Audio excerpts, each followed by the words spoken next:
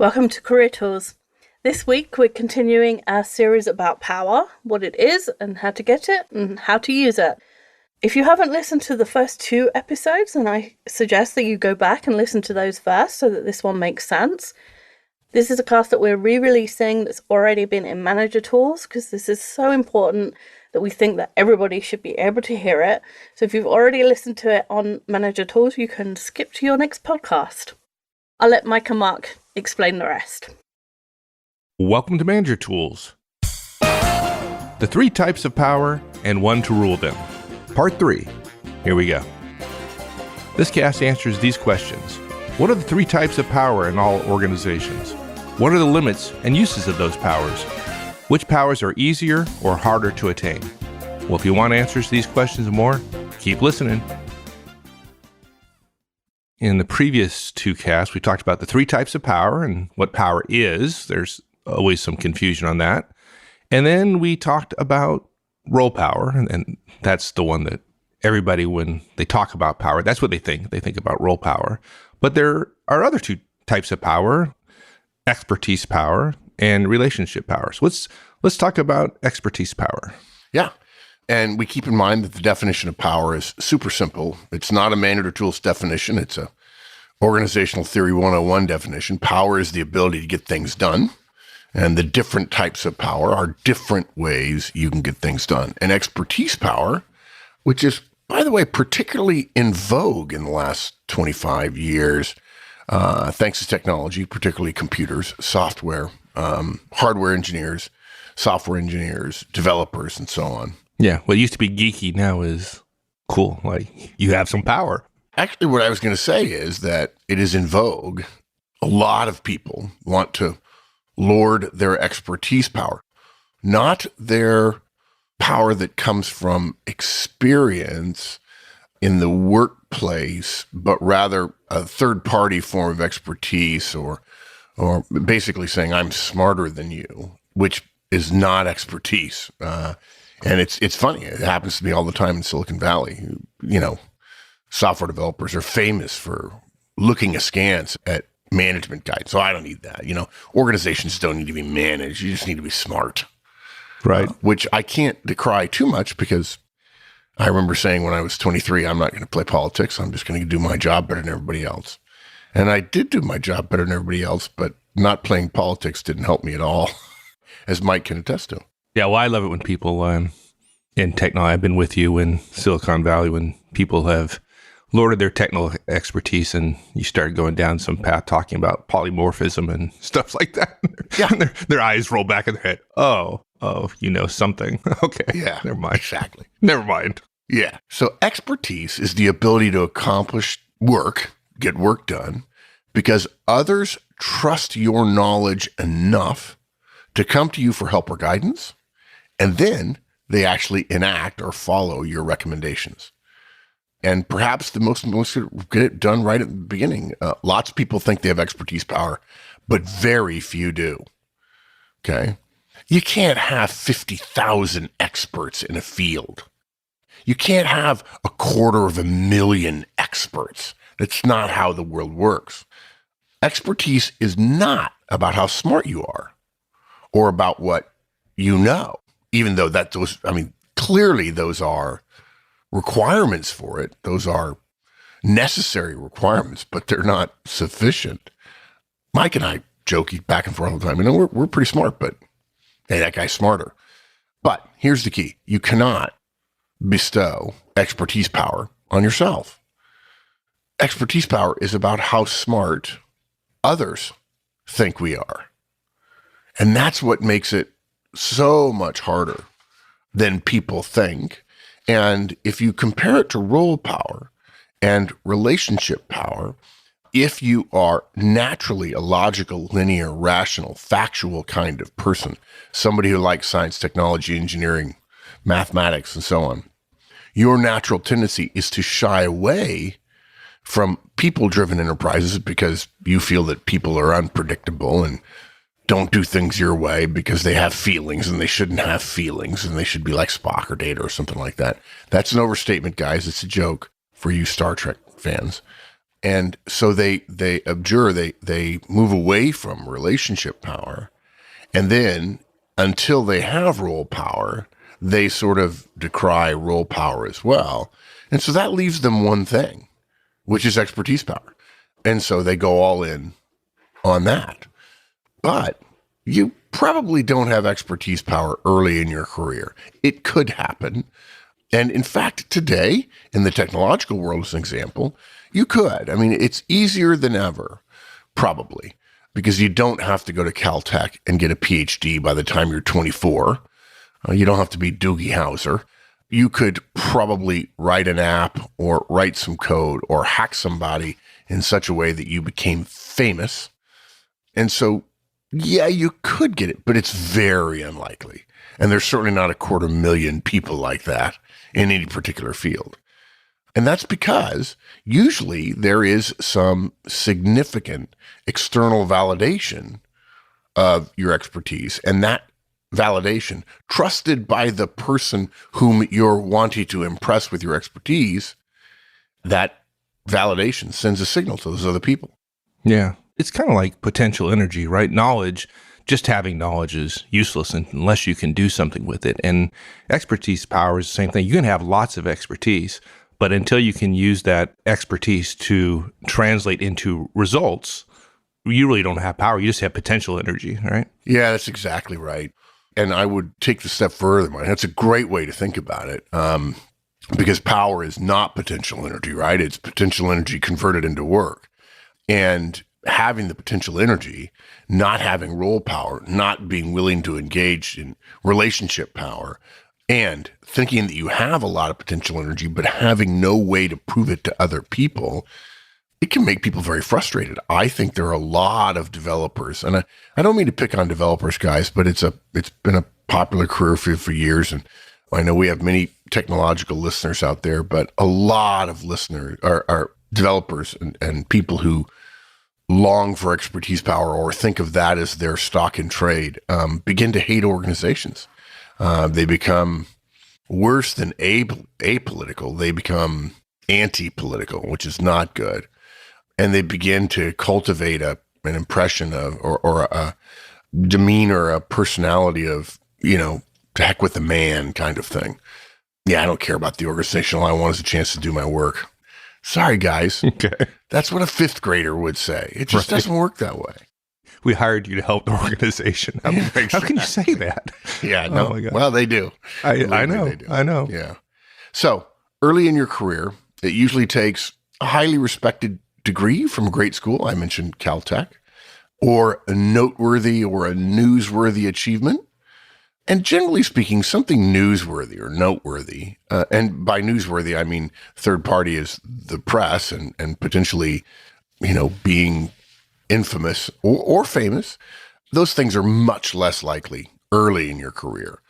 And so when people say, oh, well, they're all old guys that are getting the awards. Yeah, that's because when you're 50, you're a lot smarter, a lot more clever, have a lot more relationships, can have gained expertise power over the years, probably have some role power.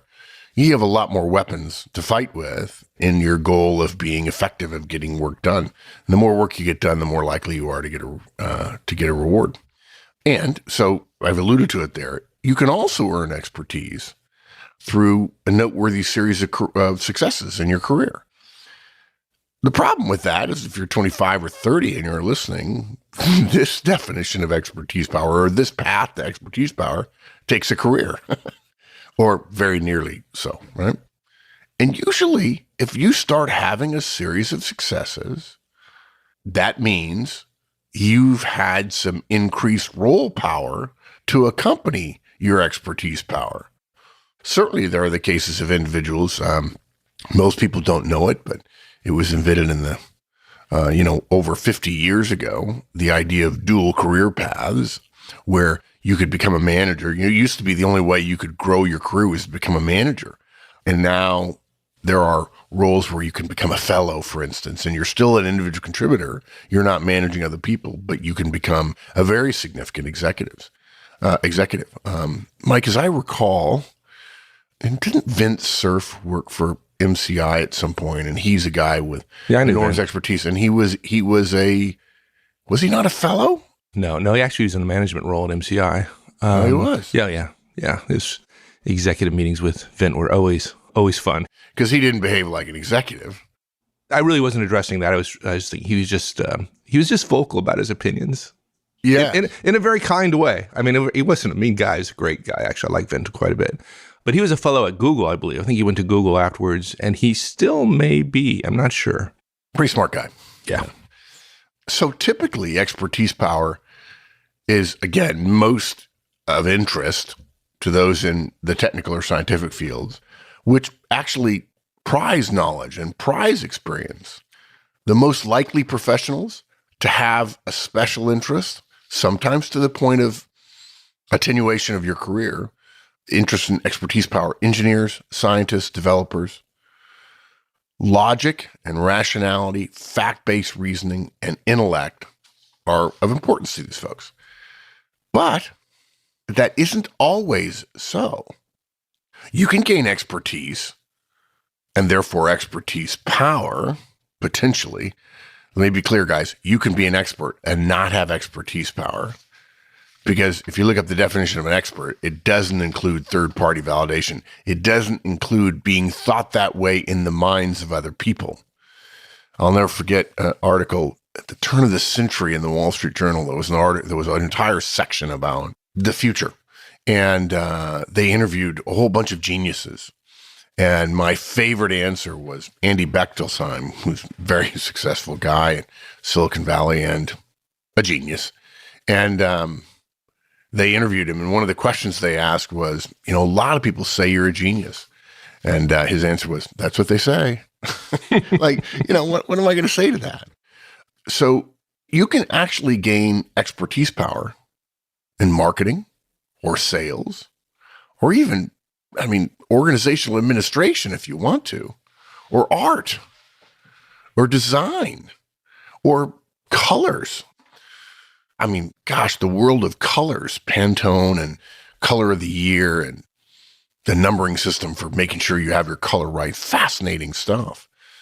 But in virtually every case, significant expertise power comes from the validation of other people, that you are seen by others as having enough knowledge, expertise, that they will follow your guidance, follow your recommendations. And typically, expertise power plays a greater role in the more rational fields, in the more engineering, technical, scientific fields. Now, look, if you're a logical person, I alluded to this earlier, you want expertise power to be the end all and be all. You want that one to be above everything. Why wouldn't I be CEO? I'm smarter than everybody else. By the way, if you're 25, you're not smarter than everybody else. You have a type of smarts that may be in vogue. You may in fact be an intellectual powerhouse so much as Dilbert once did that you had an extra brain. You have an extra brain strapped to the side of you. I know some people like that. I think, in fact, Mike, didn't I in my book mention Bill Gates, Andy Bechtolsheim, and our friend Mike Morserow? You did. Yeah, so smart. They're all about the same level of intelligence. Yeah. Well, as far as I can distinguish, I'm not smart enough to make a distinction between their levels of intelligence. But we live in darkness and they live in light. There you go.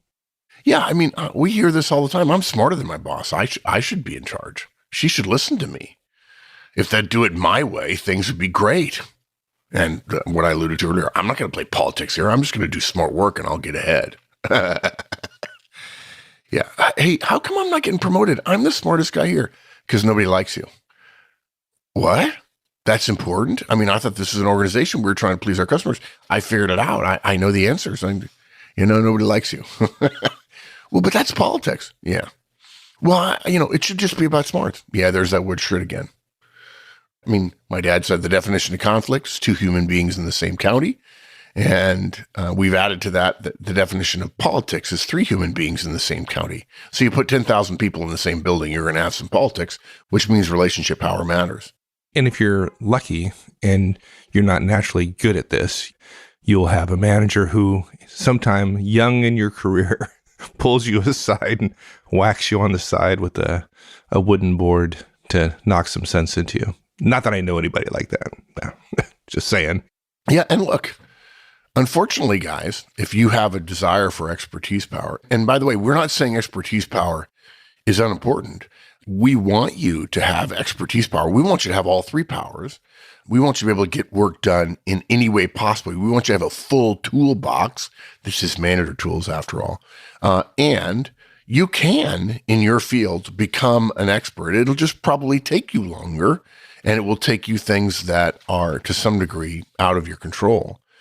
But unfortunately, the world is filled with people who have feelings and insecurities and that have less expert knowledge than you.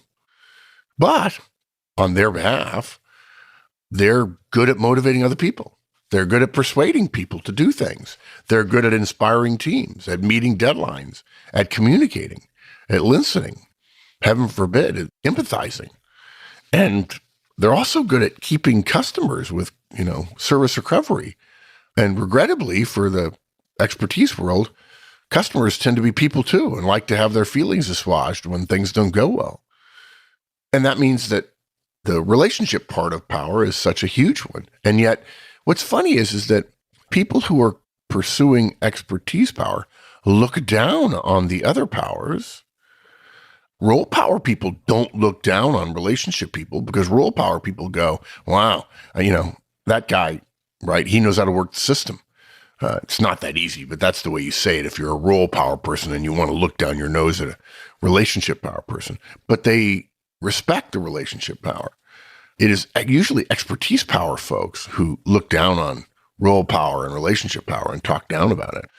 Look, another way to think about this is that organizations are made of people. They're called organizations and not mechanizations for a reason.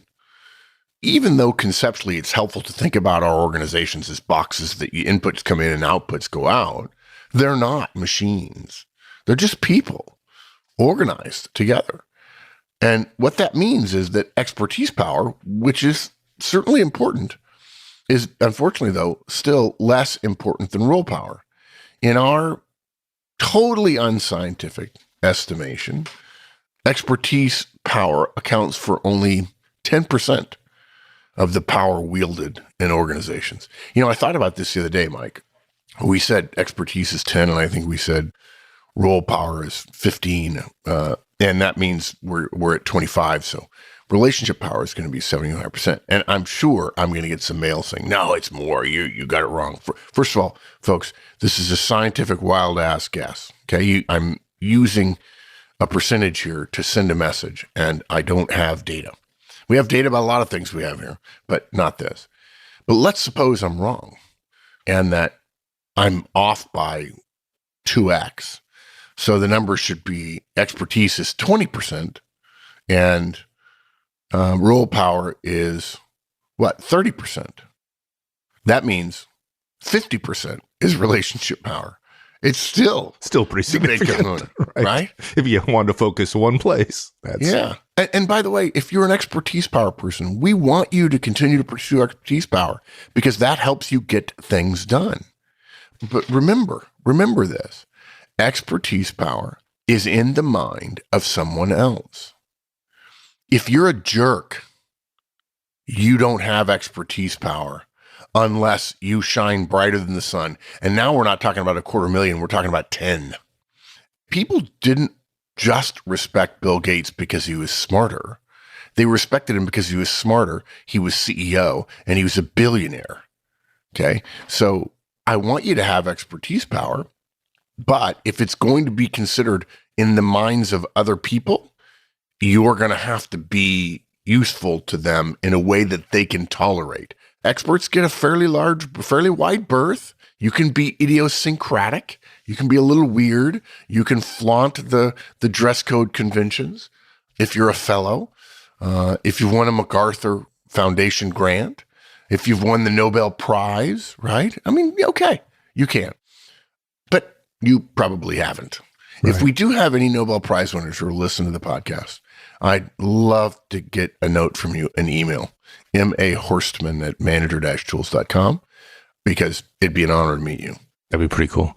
So what I hear you saying about expertise power is why it's probably not where you want to focus is one, it relies on other people's views of you, which is hard to control. So that's completely out of your control. You can influence, but it's out of your control.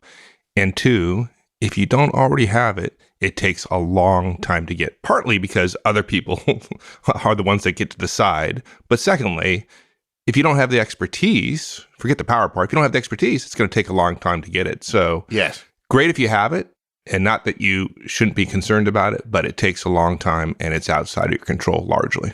Yeah, exactly. And let me mention one more sort of golden loophole for those of you who are young in your career and expertise is the way you were thinking about getting ahead. We're sorry to burst your bubble. Don't shoot the messenger. We do this all the time. Hate me, send me hate mail if you want, but you'll be glad at some point when you say years later, yeah, Mark and Mike were right. Here's what I want you to do. If you want to pursue expertise power, I want you to remember that doing so, and third-party validation, university degree, those kind of things are certainly helpful, okay? But you can't put all of your cards in expertise. I want some of your cards on relationship power, because if you have 10 cards to play and you play all 10 of them in expertise and you're not naturally gifted when it comes to working with other people, those 10 cards in expertise will get you, let's say, a result of 20. I'm making that up. Totally artificial metric system here. If, however, you're going after expertise power and you take one of those cards that you put your attention toward, and rather than making all 10 of them toward expertise, you put 9 toward expertise, the actual technical underpinnings of your genius, and you put 1 on relationship power, you will get 5x, like 100 value out of your efforts. Because, again, expertise is in the eyes of other people. And, by the way, folks, if you abjure, if you avoid, if you show disrespect for, I almost said, if you disrespect others, I hate that grammar usage. If you show disrespect for other people, if you show disdain for other people in your pursuit of your genius, the moment you give bad advice or falter, they will tear you down. Okay? You are playing on a knife edge because people don't like people in their organization who flout the customs, the rules, the traditions, the obligations. You can get away with it if you have an incredibly stellar track record. Okay. And by that, we mean that your ideas get implemented. And that's great until it doesn't. And then your head's on the block. And it's your fault because you could have taken a little bit off in this area and played it over here. Right? Napoleon didn't put all of his troops at the point of decision, even though he believed in mass at the point of decision. He put almost all of his troops and enough troops at the other places to keep it from being a rout everywhere else.